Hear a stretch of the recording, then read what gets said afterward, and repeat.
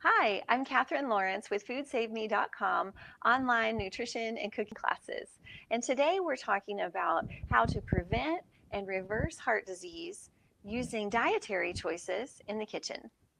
Now, first, I have to give you our medical disclaimer that I'm not your primary care physician.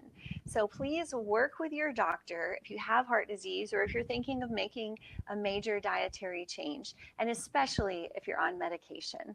I'm going to be sharing with you some tips, some things that we can do to lower cholesterol and lower our blood pressure and reverse heart disease if you have it.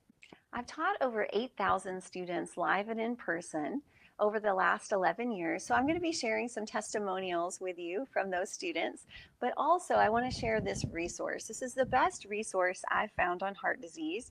It's called Prevent and Reverse Heart Disease, and it was written by Dr. Caldwell Esselstyn. You may be familiar with him because he is one of the doctors who helped former President Bill Clinton reverse his heart disease after he had had several heart attacks. Now, the American College of Cardiology actually recommends 3 different dietary approaches to preventing and reversing heart disease. The first one is the Mediterranean diet. You may be familiar with this. The diet is basically light on meats and sweets. It does include plant foods like beans and vegetables. However, it still includes fish and nuts and olive oil as well. The second dietary approach they recommend is called the DASH diet. It's the dietary approach to stopping hypertension. It does include beans and whole grains, but it also focuses on lean meats and dairy and focuses on lowering salt intake overall. The third dietary approach that the American College of Cardiology recommends is a whole food plant-based diet. Perhaps you're familiar with this. It's a pure vegetarian approach, if you will. So it would include foods such as beans, whole grains, fruits, and vegetables. And this is the approach that we're going to focus on in our class today because this is the only approach that is completely cholesterol-free and is low in fat. So I'm going to be cooking recipes according to the whole food plant-based approach to this that have no added oil or and we're not having any foods that are high in fat either, but they're going to be delicious. This type of approach, using a whole food, plant-based diet or a pure vegetarian diet to prevent and reverse heart disease, is actually becoming more mainstream. I recommend that you pause this video for a minute and watch this short clip on David Letterman interviewing former President Bill Clinton as he talks about his experience trying this diet, what it's like, and it's pretty funny. So just take a minute to watch that, and then we'll come back together and talk some more.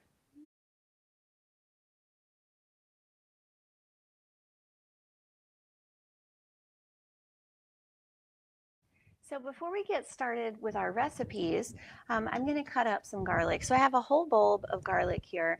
And when you're going to cook with garlic or expose it to heat, you want to cut it about at least 10 minutes before you use it and expose it to heat. I'm going to start over. So before we get started on our recipes, I'm going to cut up some garlic. I have a whole bulb here, so this is about 12 cloves or so. Anytime you're using garlic and you're going to cook with it where it will be exposed to heat, you need to cut it at least 10 minutes ahead of time so that it allows that allicin to come out. And this is a good cancer fighter and it's very protective for us. If you want to learn more about garlic and vegetables in the allium family, then check out our cancer class that's also on FoodSaveMe.com, and you can find it there. It's called Cancer Free Kitchen. And in that class, you'll learn all about allium family vegetables like onions, garlic, leeks, chives, and so on. It's a lot of fun. So garlic, in terms of our heart disease class, is really good at helping to lower blood pressure. So I like to use it in a lot of my cooking just as a daily habit. But additionally, it'll help lower our risk of cancer too, if that's on your mind as well. And I like to use a lot of garlic. Typically, if a recipe calls for maybe 2 or 3 cloves, I just think, why not? They must have meant 4 or 5 or 6 because everything is better with nice, fresh, minced garlic. All right. Now we've just got this nice mound of fresh minced garlic. It smells so good in the kitchen. I can't wait to use this. So the first recipe that we're going to make in this class is called Easy Enchilada Pie, and this is a staple for our family. We eat this probably once every week or two. We love it. It's easy to vary the beans in it or the vegetables. You can kind of change it up each week if you'd like. It also freezes really well. So if you make a big batch and it's just too much, then go ahead and put leftovers in the freezer, and then you won't have to cook the next week. So enchilada pie is very simple. I'm going to use a plug-in skillet here, but you can just use a rectangular baking dish if you want, and then bake it in the oven. So at this point, you would preheat your oven to 325 degrees. So in the bottom of your baking dish, or if you're using an electric skillet, I'm going to put, so I've got salsa verde. So this is kind of a green enchilada sauce. This is mild, and it's a 24-ounce jar that I'm going to use. So I'm going to put about a third of it in the bottom of the pan, like that, just to coat the bottom. And then we're going to cut vegetables right on top of it. I'm going to start by cutting a zucchini. And this is kind of a little julienne cut, if you want to get an idea of how big they are. If you like big, chunky vegetables, then do a thick slice or dice. And then I'm going to cut some yellow squash. Another great variation here, if you want to make a note, would be to just really small cut a sweet potato. That would be good. It would give it a little sweetness, might help the kids eat it more. And I'll just spread this across the bottom. And last, I'm going to add some onion. So this is a yellow onion. It's got a mild flavor. If you want a stronger flavor, then you could use a red onion.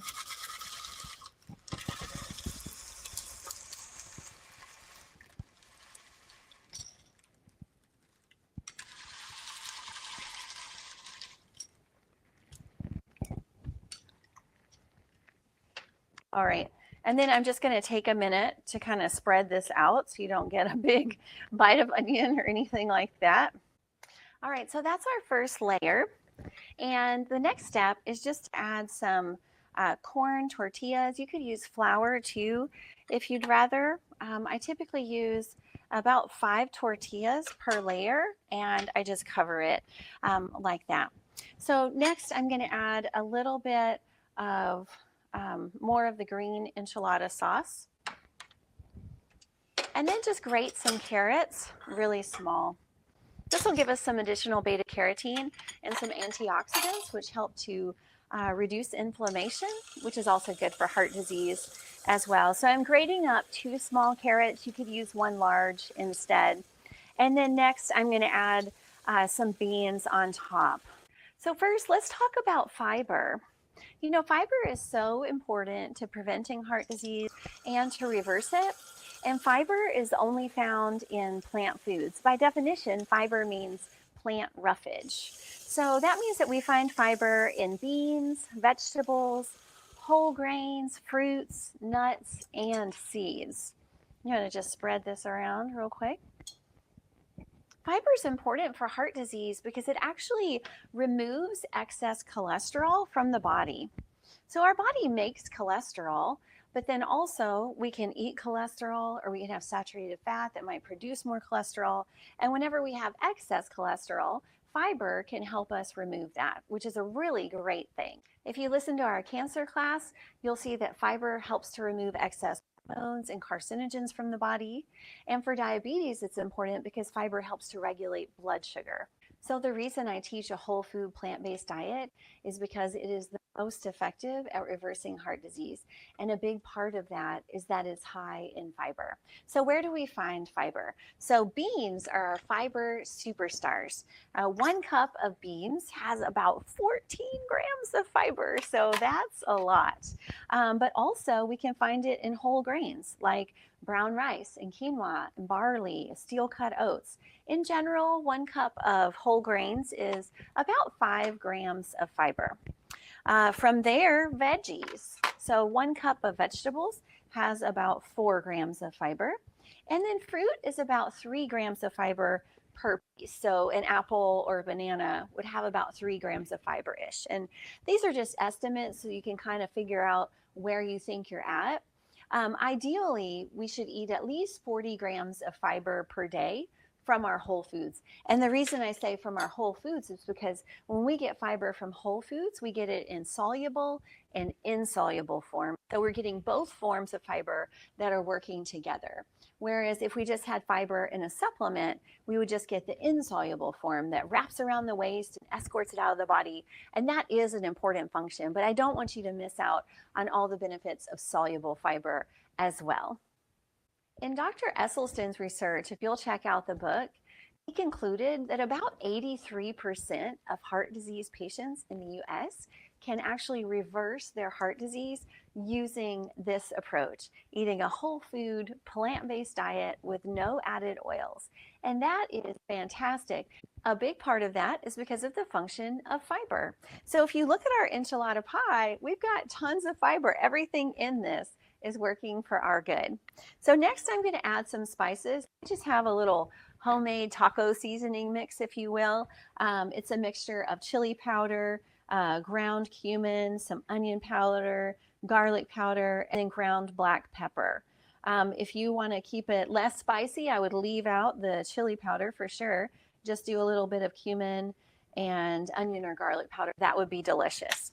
So I've covered my beans in our seasoning. And next is to add, I've got some minced green chilies here, and these are kind of mild. I don't want to make it too spicy. However, if you like spice, then I recommend using jalapenos for this step because that would be fantastic. Give it a little bit of heat too. In general, peppers have shown to be anti-inflammatory, which is great. All right, so our last step is to make a second layer of tortillas, and I'm going to use 5 again for the top. It smells so good in here. Just kind of press it down real well, and then add the remainder of my sauce on top. You could use a red enchilada sauce too if you wanted, or a mole. That would be good as well. So I've got my sauce on here. Give it a little jiggle to spread it out, and then I've got some fresh sliced olives. These will be the icing on the cake, if you will. So this is so simple to put together. It's very high in fiber. You're not going to miss meat. What's normally in enchiladas is like a ground beef type of thing. You're not going to miss it in here because it's got so much flavor from the vegetables and the beans. It's very filling. It has no added oil, so this is going to be very low fat for us. And again, since this is a plant food, there's no cholesterol in it. All right. There we are, if you can see it. So I'm going to cover this, plug it in, and bake it. It'll be done in about half an hour. If you're using the oven, you'll want to cover your casserole dish and bake this for about 40 minutes or so at 325 degrees. You're looking for the heat to transfer to the top and there to be a nice bubbling of the sauce on top. And once it's warmed through, you're ready to go. So enjoy. So if the dietary recommendations are that we get a minimum of 40 grams of fiber a day, how much do you think the average person gets? It's around 10 or 12 grams of fiber a day. So if you think about it, things are not moving as they should be in general. And that fiber is so important. As I mentioned, it helps to remove excess cholesterol, helps to lower blood pressure, important for removing carcinogens and hormones and regulating our blood sugar as well. So if the average person gets 10 or 12 grams a day and you're thinking, okay, I'm going to go up to 40, like Katherine says, like Dr. Esselstyn says, 40 or more, then take it slowly. Do this over a several week period.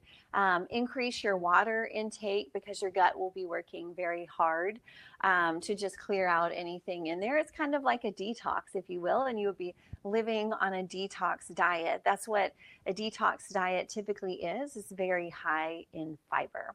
I want to share with you one of my favorite websites it's just a fantastic resource for videos. It's nutritionfacts.org by Dr. Michael Greger, and he's got all kinds of great videos on various health topics. And if you type in fiber, you will find some really informative videos. But my favorite one that kind of gives us a physical depiction of what's going on when we eat fiber is going to be listed here. It's in your email as well. Let's take a break and watch this. It's a 3-minute video on what happens in our body when we eat fiber. So you can kind of visualize like it's a dump truck. This little dump truck just kind of carries out all the bad stuff that we don't need. So I'll see you in a minute.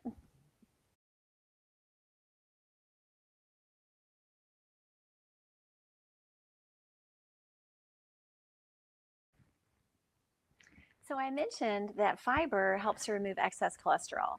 But what is cholesterol?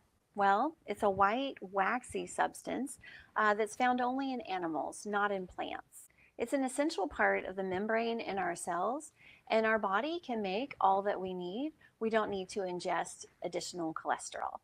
Since our body makes all that we need, we don't need to eat actual cholesterol. What happens when we eat fish, beef, steak, chicken, eggs, pork, dairy? We're getting cholesterol from that animal and adding that to our bodies in addition to what our body is making for the health of our cells. So I want to give you an example. Cows, they might spend their lives eating grass, right? So cows are plant-based, you could say, and their body uses that grass to make all of the cholesterol that their body needs. And the same thing happens when we eat plant foods. Our liver uses those plant foods to produce its own cholesterol to support us because we need it. But when we eat a cow, we're getting the actual cholesterol that the cow's body needed and that it made for itself. So we're getting cholesterol in addition to our regular diet. And this is why a whole food plant-based diet is so effective, because it doesn't include any foods that already have cholesterol in them. And since it's purely plant-based, these plants are going to have fiber, right? And fiber will help us to remove that excess cholesterol. And it also helps to lower blood pressure and reduce inflammation, which is also very beneficial to heart disease. So another way that we can increase our cholesterol is by consuming foods that are high in saturated fats. And what are these? These are oils, cheeses, dairy, pastries, ice cream, milk. These typically have a lot of saturated fat. And when we consume saturated fat, it actually stimulates our liver to start producing more cholesterol. And Dr. Esselstyn talks about this in the book. You can Google it as well. But when doctors look at different dietary patterns of certain groups of people and their heart disease risk, they find that lacto-ovo vegetarians actually have a higher risk of heart disease than those who are eating a pure vegetarian diet. And that's because the lacto-ovo vegetarians include milk and dairy and eggs. And so it makes sense that they're having foods that first include cholesterol, but second, have a lot of saturated fat in them. It makes sense that that would increase their risk of heart disease. And so that's why these are not included in this approach that I'm teaching you. I want to give you the most aggressive, pure diet that you can if you truly want to reverse or prevent heart disease. So our second recipe in this class is called sweet and sour stir fry. It is so good, and I love this recipe because it has a homemade sweet and sour sauce in it. This recipe I have adapted from one of my favorite cookbooks called The Cancer Survivor's Guide by Dr. Neil Barnard. It's got about 130 recipes in it, so check it out. It's a really good resource for whole food plant-based recipes. And so this is a homemade sauce from that recipe that we'll post here on the screen. It's got some crushed pineapple, crushed tomatoes, some black pepper, a little bit of soy sauce, apple juice, and some spices. And I really like making homemade sauces because then you know exactly what went into it, right? So I'm just going to cut up some vegetables here. And then we've got a wok that is preheating, getting nice and warm. And we're going to flash fry our veggies in that wok. So first, I'm going to start with some onion. So this is obviously a veggie stir fry. So we're going to get all that fiber that we were talking about, and this is going to be low in fat as well. So I've got big chunks of onions coming. Now I'm going to use a green bell pepper. But you know what? A red bell pepper works great in here as well, or you could use an orange or yellow. I like the sharpness of a green bell pepper, though, for this one. It kind of goes well. It's a nice pairing with that sweet and sour sauce.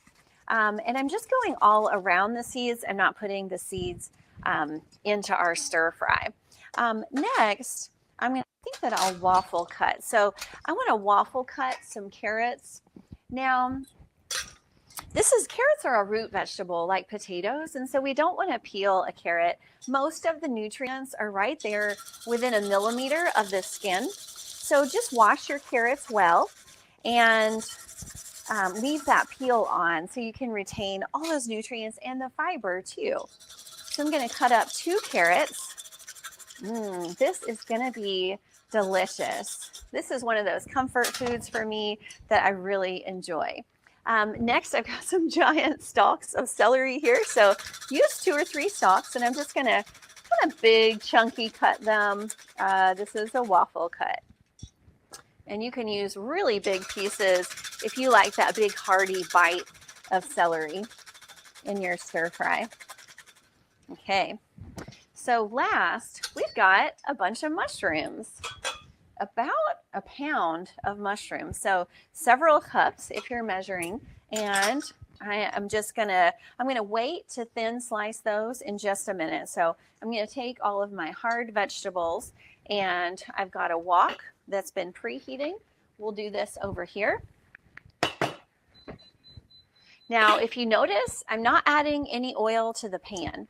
If you need something for your cookware so that your veggies don't stick, then add just a little bit of water or broth, and every once in a while pop the lid on. And that way the moisture that's being released from the vegetables can help release it from the pan, and the lid will help to ensure that. So I'm going to throw this in the wok. It smells good already. Take this around for a minute, and look how bright and colorful this stir fry is. Doesn't it look great?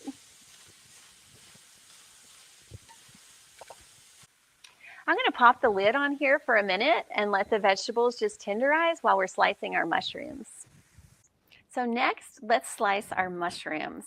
Now, I've got white button mushrooms. Some of these are quite large. You could use baby bellas in here as well if you wanted. And I like to add the mushrooms at the end. I don't want overcooked mushrooms. I don't want them to get too soggy. So I'm just going to add these for the last few minutes. And then once we've got our vegetables where we like them, we'll add our sauce on top. Stir it around. It's going to thicken pretty quickly because it's got a little bit of cornstarch or thickener in it. And so once it gets hot, as we constantly stir it, the sauce will get nice and thick, and all our vegetables will be glazed like you're used to at your favorite Chinese restaurant. But you'll be able to make this at home. So some variations. If you want to add some protein to this, you could add beans. That would be delicious. If you like seitan, then you could just slice or kind of thick, chunky cut some seitan and put that in there. That's wheat gluten, but it'll kind of give it that meaty texture, I would say, to mimic chicken. While we're waiting on our veggies, let's talk about oil. I mentioned that we're not adding it to any of our recipes today. That's because oil is 100% fat.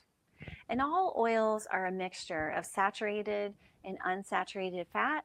Some have more than others. So for example, coconut oil is about 83% saturated fat. So anytime we have that saturated fat, it's going to stimulate our liver to start producing more cholesterol. And our high-fat diet is depositing fat and cholesterol into our arteries, and it's damaging our endothelium. That's that thin inner lining of our blood vessels. And our arteries are supposed to be strong and flexible and free-flowing.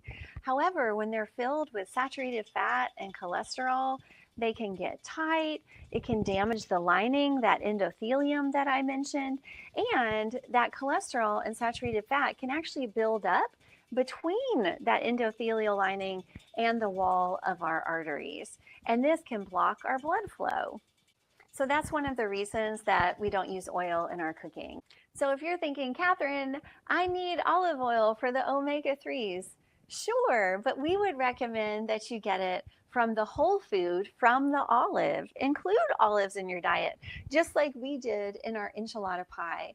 And that way you can get the omega-3s for it, that anti-inflammatory benefit, which is so good for us as well. And you don't have to have it with oils, because when you get it with oil, it's just the fat, like I mentioned. But when we have an olive, we have the perfect amount of protein and fiber and all these other nutrients that accompany the fat in the olive and help us to break it down. So always go for the whole food over just the oil, because you'd be surprised. A tablespoon of oil here, a tablespoon of oil there for your cooking can really add up at the end of the day. So our veggies, ooh, they're crisp, tender. So now I'm going to stir in those mushrooms that we just cut. Oh my gosh, this smells great. We've got a lot of mushrooms in this recipe. And also, I want to add some of our fresh minced garlic. So I'm going to add the equivalent of about 4 or 5 cloves here. Stir this around a little bit. I'm going to cover it for about 2 minutes and it will be completely ready for our sauce. Our veggies are just about done. So now I'm just going to gently stir in this homemade sweet and sour sauce. And as it heats, it will thicken and just very nicely coat all of the vegetables in here. Maybe you've noticed when you go out for stir fry at a restaurant, how you don't feel so good afterwards. A lot of times that is due to the oil that they use when they're stir frying. So making this at home is so much healthier, it tastes so much better, and you know exactly what's in it. So our sweet and sour stir fry is done and it's perfect. I wish you could smell it. I can smell the peppers, the sweetness from the sauce, that tart from the pineapple. Oh, I just can't wait to eat this. And look at all the bright colors in here. So to finish it off, I've got just some fresh, thinly sliced basil, which would be really nice on it. And then some little sesame seeds. Did you know these are a good source of calcium too? All right. So here is our healthy, cholesterol-free, very low-fat sweet and sour stir fry. I hope you guys enjoy this. You could have this over noodles or brown rice or cooked quinoa. That would be fantastic. Next, we're going to make a homemade black bean dip. This is so good and so easy. I'm just going to cut up some vegetables right into a small little saucepan and then let them simmer and kind of semi-caramelize. I like to get that nice flavor. So I'm using half of a large onion here. So if you have a small onion, I would just use the whole thing. It's just going to give you more of that nice sweet and spicy flavor to your salsa. And if you have big chunks in there, it's no problem because we're going to blend this anyway. So you've got your onion in here. And then this is about a 1/4 cup of minced green chilies. And you could use jalapenos too if you want. And then I'm going to add some of our pre-cut garlic earlier in the class. So use about 6 cloves. Great. Okay, so I'm going to cover this and just cook it over medium on my stove. I want those flavors to kind of marry together and for it to caramelize. While we're waiting on our onions, peppers, and garlic to saute and kind of cook down so we can finish our bean dip, I want to move on to our next recipe. It's tofu scramble. Now, this is one of my favorite breakfasts, and my boys eat this as well. They actually inhale it. The reason I like to make it in this class is because so many of my students have just struggled with, what do I do for breakfast, Katherine? And oatmeal is a fantastic breakfast idea. I love to do steel cut oats, and we'll cook them, and then after they're cooked, we stir in some cooked sweet potato, or sometimes I just cook them and I cut in a raw apple and some cinnamon and cook those all together. When it finishes, it's so good. Sometimes I do overnight oats, which are uncooked oats. So I'll take our little pint glass jars and put some dried steel cut oats in it. and then add a non-dairy milk. It's usually a 3-to-1 ratio, so 3 times as much milk as I have oats in there. And then I top it off with some cut up apples and bananas, maybe some blueberries or strawberries, and then add some chia seeds and flax seeds and some walnuts. And so this one is packed with omega-3s too. And then I just have it in a little pint jar. I seal that and I put it in the fridge over the night. And overnight it'll soften. Then I just dump it into a bowl and eat it. You don't need to cook it. And it's fantastic. And oats are high in that type of fiber that we want that helps to remove the excess cholesterol, and that's called soluble fiber.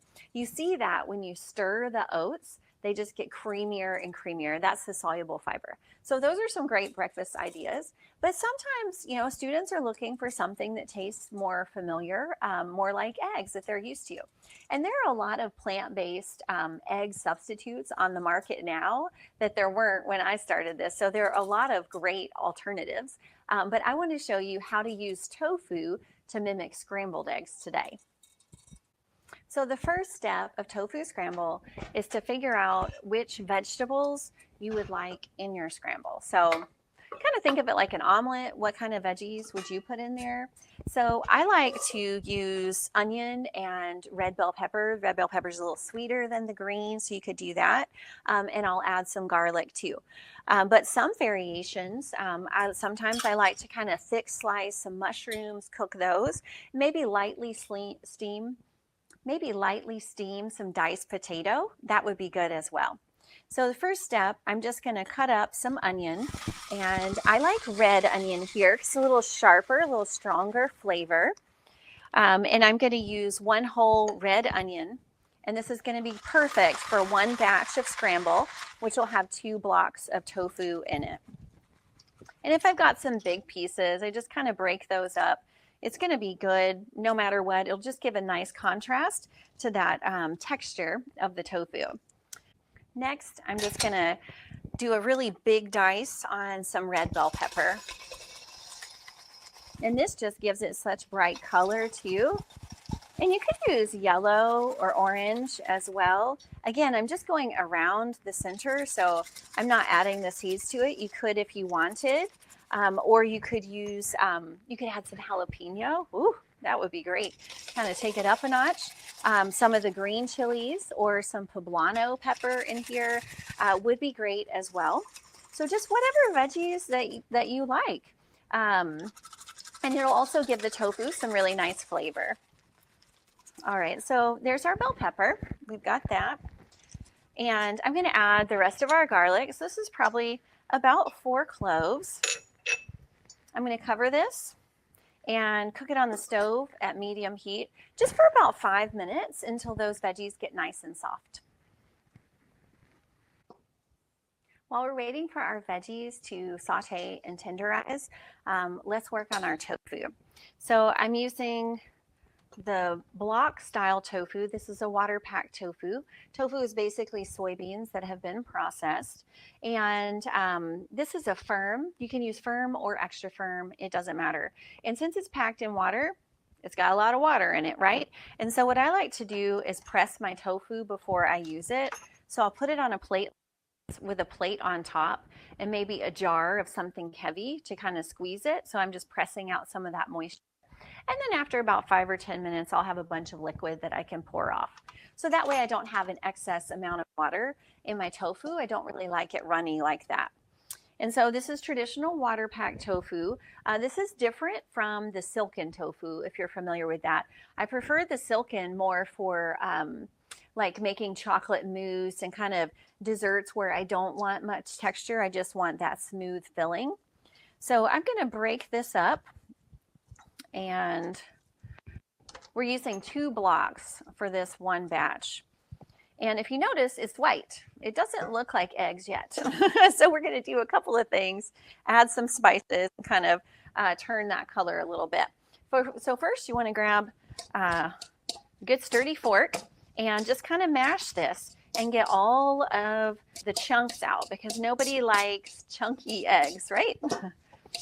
So just take a minute to get this nice and smooth. Our veggies are smelling good. And look at this tofu. I've mashed it up enough from a distance.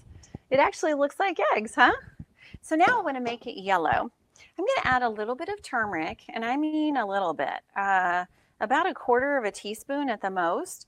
This will give it a nice yellow color as it cooks, but I don't want to use too much turmeric because that can kind of make it bitter sometimes. And then some pepper to your liking. I'm a pepper girl, so I put about half a teaspoon in there. I really like it. And then a tablespoon of dried oregano. And you could use fresh too, that would be great. We'll just stir this together, and our color has changed slightly to a lighter yellow. You don't notice really until you start cooking it, and then it'll turn bright yellow for you. All right, so here's our mix. We've got everything seasoned as we like it. Our next step is to just add our veggies. And I still like my veggies a little bit crisp in here, so cook them to your liking. We'll stir these in.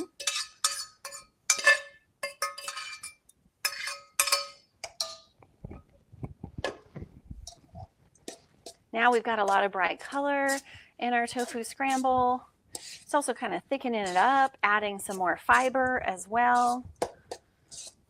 You know, beans, we've really just talked about fiber from beans, but they're a great source of protein and calcium and iron. And when you have tofu scrambled this way instead of regular scrambled eggs, this is a cholesterol-free meal that is much lower in fat also. So here's our tofu scramble. Now at this point, you just have to make a decision. Are you going to eat it now or save it for later? So what I'll do typically, I like to do big batch cooking. So I'll do probably 4 or 5 batches of what I just showed you. And then I'll portion it out, and I like to freeze it. And so this is the point where you would freeze it when you have not cooked your tofu. So if you do want to cook your tofu, then you'll just put this in a skillet or on top of a griddle, and no butter, no oil or anything like that.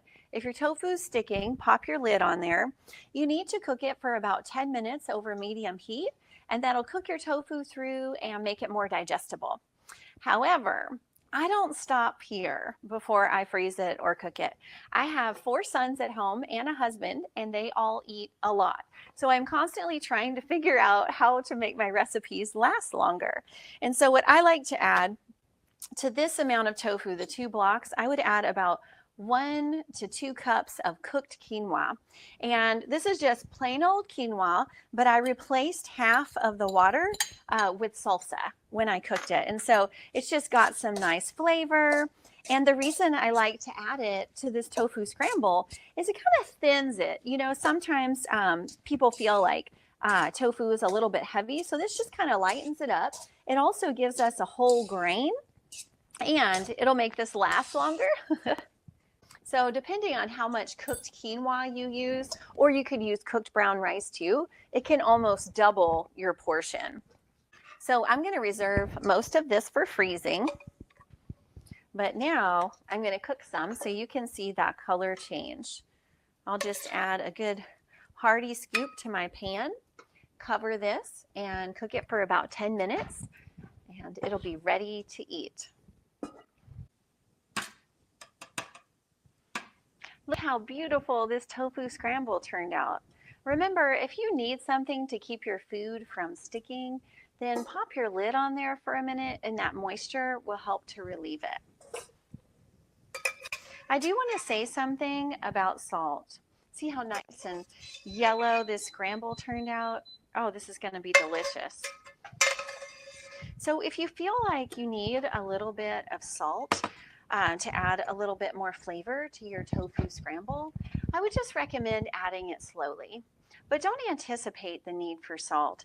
If you're going to do like this, where we pre-make it, pre-assemble it, and then freeze it, you definitely do not want to salt it before you put it in the freezer. The sodium stays in there, but the flavor of salt will die in the freezer. So if you think about frozen meals. They kind of get a bad rap because they're so high in sodium, right? And that's because the manufacturers of it, they have to add so much salt because so much of that salty flavor is lost in the freezer. They've got to add so much salt before they freeze it so that after it's frozen and you defrost it, you can still taste a little bit. So if you have to add a tiny bit, I would really try to keep the salt out because that's healthier for you. But if you have to add a tiny bit, definitely do it after it's defrosted instead of before you freeze it.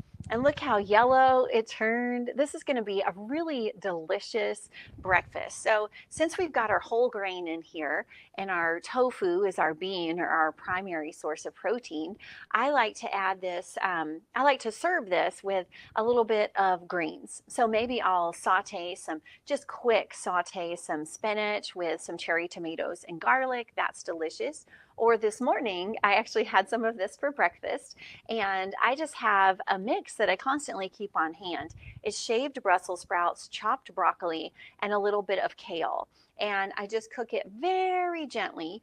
And so that way, and I caramelize some onions and put them in there, and I keep that in my fridge. And so that's kind of my grain that I eat from all week. If you want to learn more about that, we have some meal prep classes. So look out for those on the website as well. But this just pairs so nicely with a really nice green vegetable. You get those dark leafy greens in there too, which are so good for your heart health, the health of your arteries and your blood vessels as well.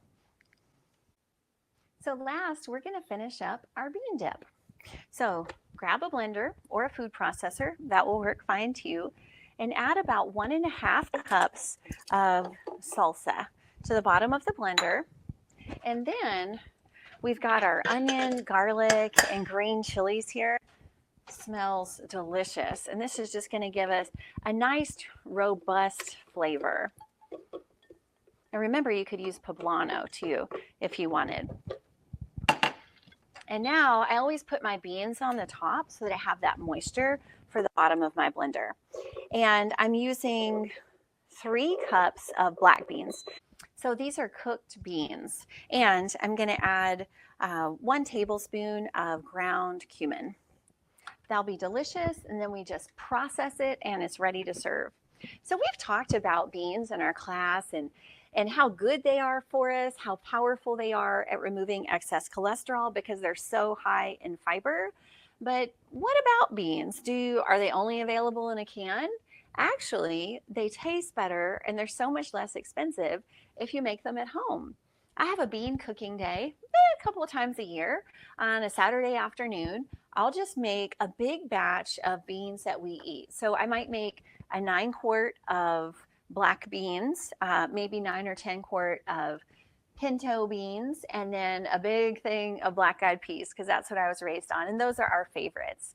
So once they're cooked, I let them cool down completely, and I put about 1.5 cups in some type of freezer container, whether that's a plastic bag or a glass dish, something that can be frozen easily. So I put 1.5 cups in there and then I put it in my freezer. The reason I use 1.5 cups is because so many recipes are based off of cans and there's about 1.5 cups of beans in a can. And so what happens is I open my freezer now and it's just full of fresh cooked beans. And I haven't seasoned them because I don't know how I'm going to use them yet. So if I know I'm going to need them later for a stir fry or whatever, or a dip, then I'll just put them out on the counter and let them thaw. And I have no risk of salmonella or contamination or anything like that. Or I just take them frozen and I'll dump them into my soup if I'm making an Italian wedding soup or a minestrone or pasta fagioli or something where I want my beans in there. And so they're just really convenient, really inexpensive, and you know how they were made. I just love having beans that way. So however you get your cooked beans, that's what you want to put in here. So we have salsa and our sauteed chilies, onions, and garlic, 3 cups of cooked black beans, and about a tablespoon of cumin. I'm going to process this real quick.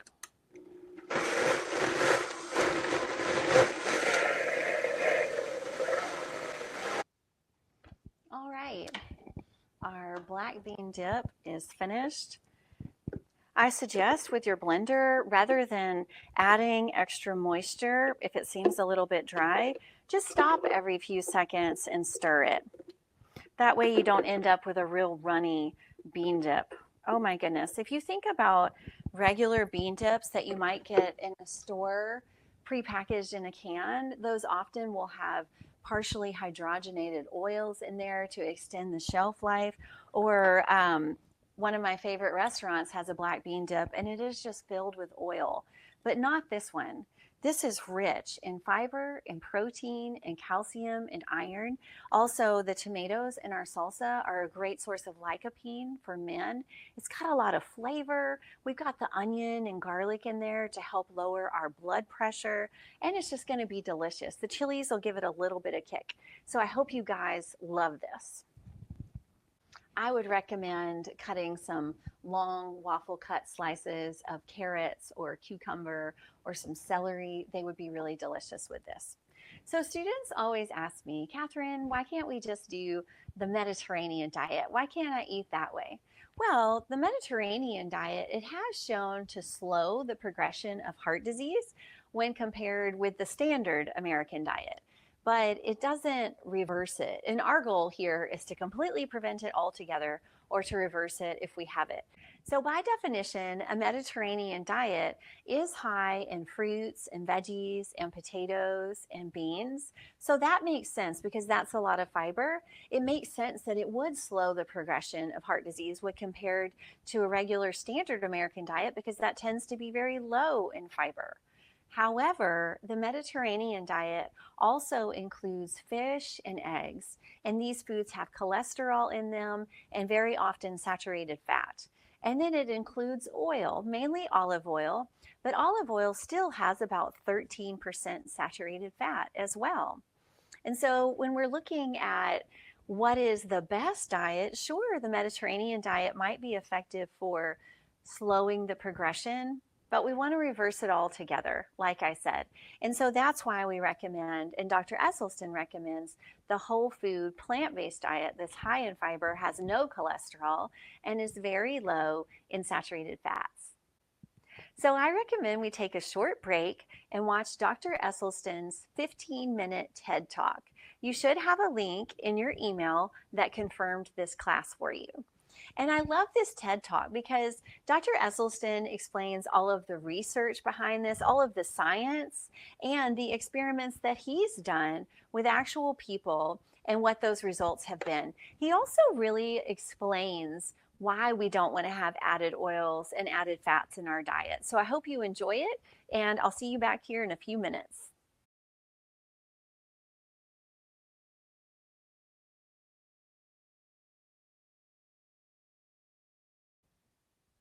I want to share a story with you about beans and eggs. Back in my 20s, when I got sick with major reproductive disease and infertility, I had to change my diet overnight, basically, to a whole food plant-based diet. But at the time, I was dating a young man, we'll call him Jason, and he was someone that I worked with at my engineering office. And so at the time, that company required us to get blood work every year. And so we did. And Jason's cholesterol, he was only 22 at the time. His cholesterol was 226. And so they sent him to the doctor right away. We weren't entirely shocked because he has a strong family history of high cholesterol and of heart disease. His aunts and uncles, his parents, they were all on cholesterol lowering medications. Several people in his family had had aneurysms from cholesterol blockage in the arteries and buildup. So we weren't entirely surprised. We knew that he had a strong genetic predisposition to heart disease and high cholesterol.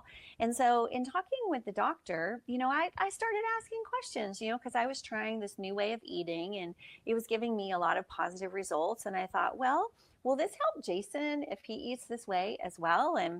And the doctor was told, and this is what they're commonly taught in medical school, is that if your cholesterol is high due to genetic factors, the most you can lower it with diet is about 10%. And so I thought, oh, Well, that's only about 20 points. Maybe he would drop from 226 to 206, which is still too high.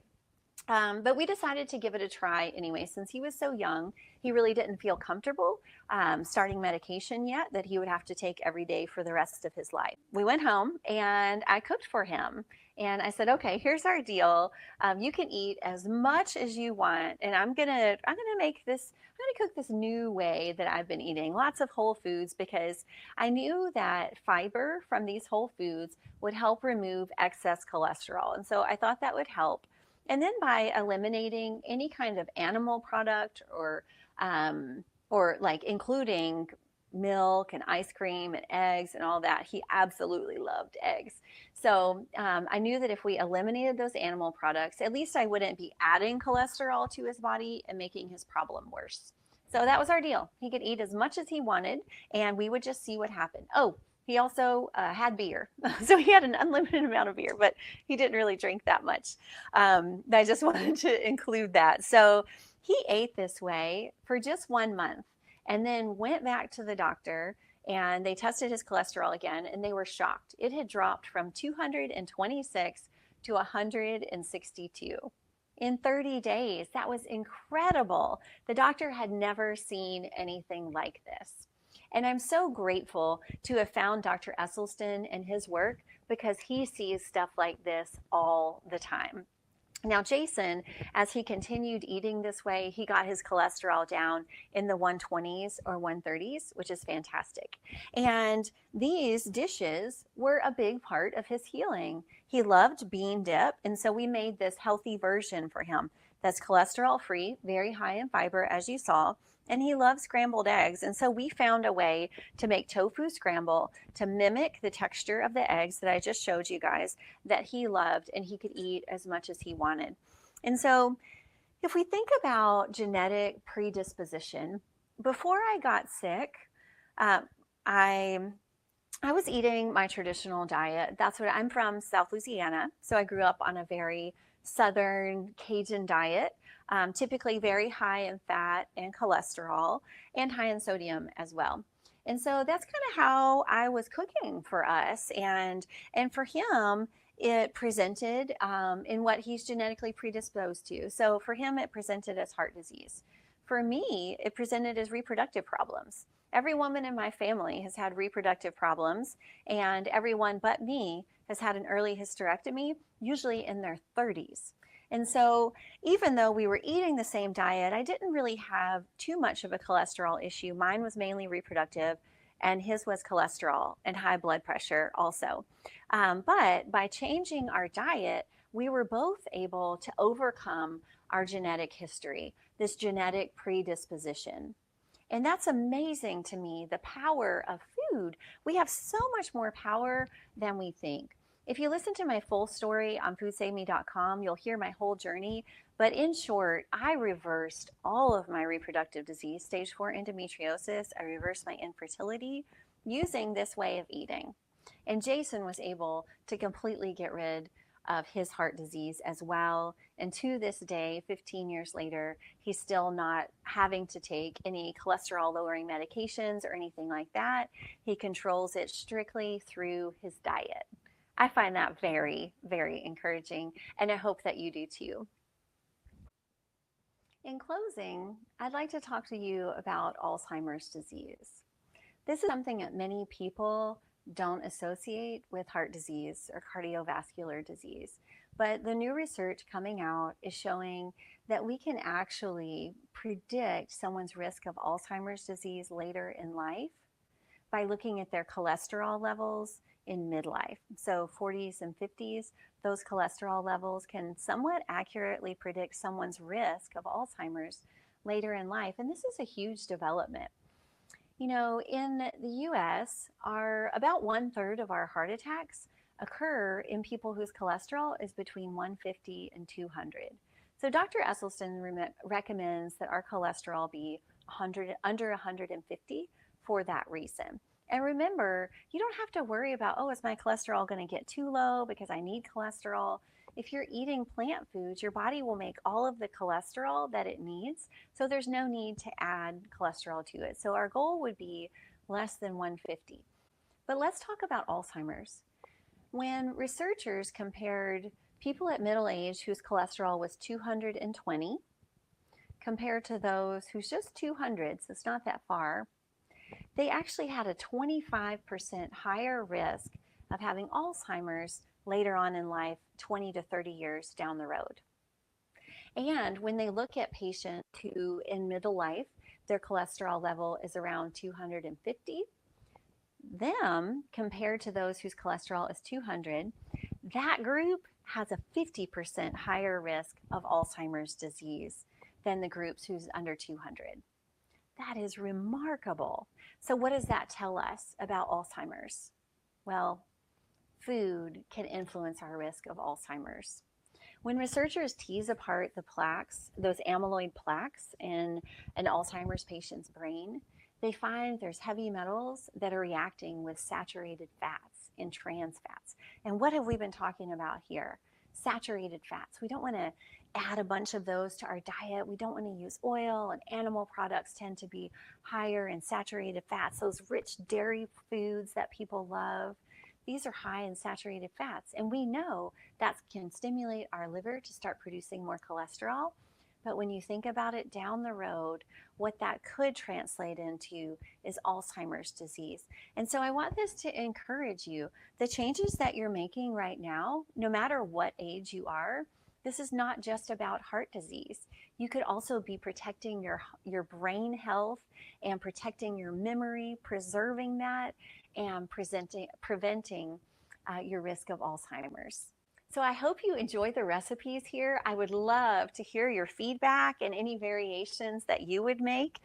Here's our beautiful enchilada pie. It's finished, and just look at all the fiber on my counter right now. Here's our sweet and sour stir fry. Bright, vibrant colors from all those different veggies. Our pretty much fat-free bean dip with lots of veggies hidden in there. You know, the blender is my best friend when it comes to my kids and my husband. He's kind of a picky eater, so if I have to throw something in the blender to get them to eat it, no problem. And then our healthier version of scrambled eggs. This is our tofu scramble. If you want to add a little bit more color, maybe sprinkle on some ground paprika. That would be good too. So thank you for joining me today. Just as a recap, we want to look at our fiber. Let's get our fiber up to 40 grams a day minimum, and get that from whole foods so we can get a nice mix of soluble fiber and insoluble fiber.